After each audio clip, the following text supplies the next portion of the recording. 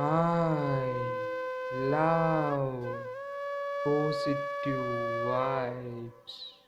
The ancient Essenes tell us in their texts 2,500 years ago, very precise language, that every human lives in this earth in three worlds at the same time.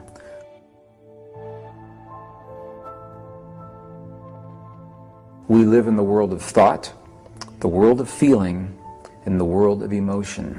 And their texts actually say to us, when these three become one, when the thought and the feeling and the emotion are merged, are married together into a single potent force, then when you say to the mountain, move, the mountain will move.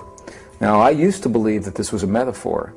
And now I have seen in the monasteries of Tibet, and I've seen with the holy and the sacred people in Bolivia and Peru, in the native traditions of the desert Southwest, in the medicineless hospitals in Beijing, China, this is not a metaphor. It is a literal fact. When thought, feeling, and emotion become one, we literally can change the stuff our world is made of. We can rearrange the atoms of matter through the belief waves that emanate from our heart. So the question is, when we are experiencing judgment and ego, what is that saying to us really? Well, the first thing it's telling us is that we are not in our heart, because the heart has no judgment and the heart has no ego. When we are experiencing those qualities, it is coming from our mind. It's coming from our inner child. It's coming from our fear, from our families, our perceptions, our conditioning. But it's not coming from our heart. When something hurts us in life, when something crosses our path that causes us pain, our first reaction is to move away from it, to say, I don't want that.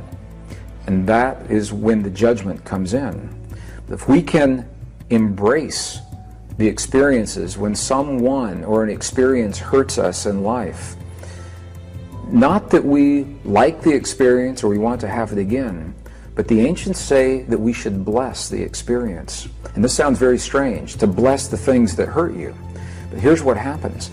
When we begin to bless the things that cause us the pain, the blessing is simply the acknowledgement. When you say, I bless the person who has just been dishonest with me. I bless the person who has violated my trust, betrayed my confidence.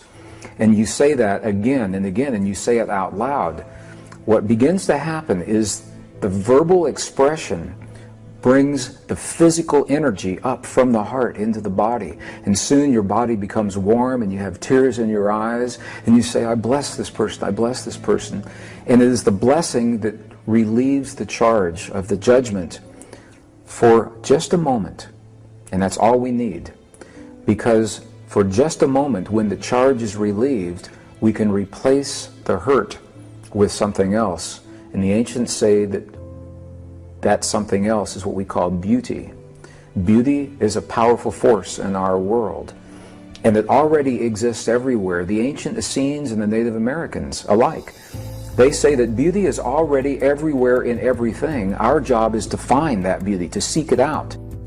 So rather than judging the experiences, when they come to us, if we can look at each experience as a blessing, and when we find ourselves hurt, say, again, yes, I feel hurt, so acknowledge it first.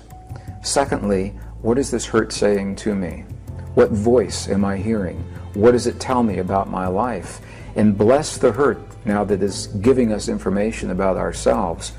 As we begin that experience, it is much easier then for our thoughts, feelings, and emotions to become one so that we can move that mountain when it comes across our path.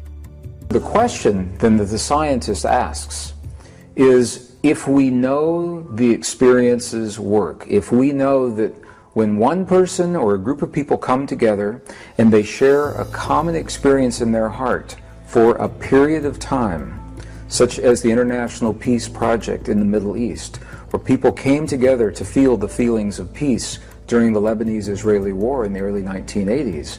During the time they created those feelings, statistically, terrorist activities dropped to zero. Crimes against people declined. Emergency hospital room visits declined. Traffic accidents declined. And so the scientists ask, if this prayer is so powerful, then why didn't it last? And this is the crux, the secret of the ancient traditions that has been missed by so many people today. Because this experience in our heart was viewed by the scientist as something you do for a moment in time. So you go about your daily life, and at a certain time you stop your daily life and you do this heart experience, this prayer, and when the prayer is over, you stop the prayer and go back to your life. And the crux of our most cherished, sacred, and ancient traditions is very clear that this experience of the heart is not something that we do. It is something that we become. It is something that we live in our lives. Life becomes the prayer. Every moment of every day is the prayer. And because this modality of prayer, it's called the lost mode of prayer, feeling-based prayer, because the prayer is based in a feeling, and we can have a feeling all the time. We can have a feeling in our cars, driving on the highway. We can have a feeling in the office, in the school, with our families, alone in the park. We can always have a feeling, and that means we can always be in prayer. But it's not something that we do in a moment. It's a way of living. It's a way of life. It's something that we become. And when we do that, the prayer never ends. And that is the secret to maintaining the powerful effects that are documented by science and that the ancient texts and the Essenes tell us are possible in our lives. If I had the opportunity, if I came to this world from another world, and I could ask one question of myself in this lifetime, based on what I knew here that I couldn't find in that other world, I would ask the question, what is the one thing that we have in this world that would wake us up and remind us that we're a family and that we are more than the differences that have separated us in the past, and that we're too precious to kill ourselves in war? What is the one thing that could be awakened in this lifetime and shared with every human on the face of the earth that would remind them of that truth? Because I believe it is a truth. That's what I would ask. The principle of resonance is perhaps one of the most powerful principles in nature, because it allows tremendous change to happen very quickly with a very few people in the kinds of things that we're talking about now. And the reason is because if those few people learn the language of resonance with the divine matrix, with the field, if they choose peace and healing in their bodies, and they find that they can convey that in the divine matrix, the focused power of knowing the language is stronger than the chaotic power of not understanding the language. So many people in chaos is what we see in our cities right now. A very few people focused that understand the language may transcend. I'm not going to say that they overpower or that they win. I'll say that they transcend. They're no longer locked into the negativity from those other people. And it's because of the principle of resonance. When we say the practice for many people in the West, again, it sounds like something that we do sometimes. And the key to all of the traditions is that it becomes a way of life rather than something that we do sometimes.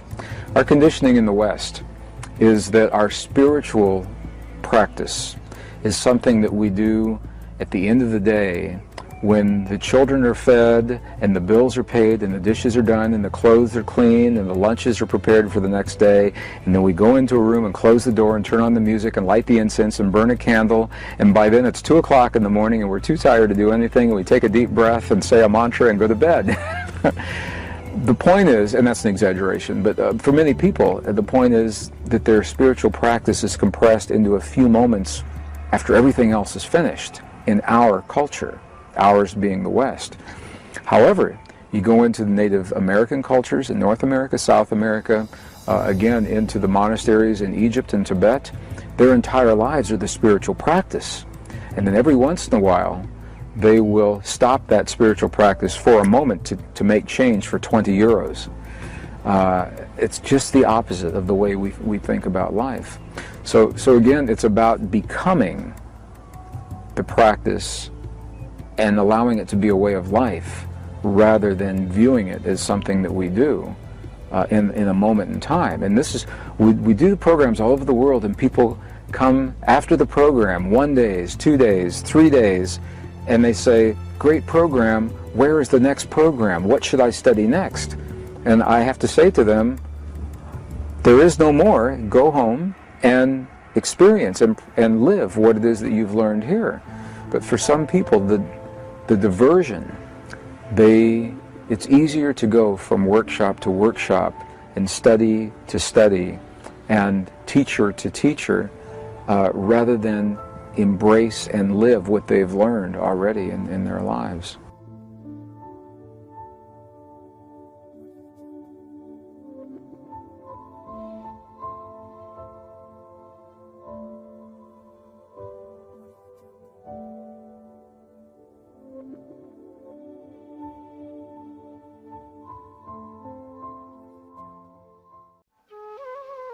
I love positive vibes.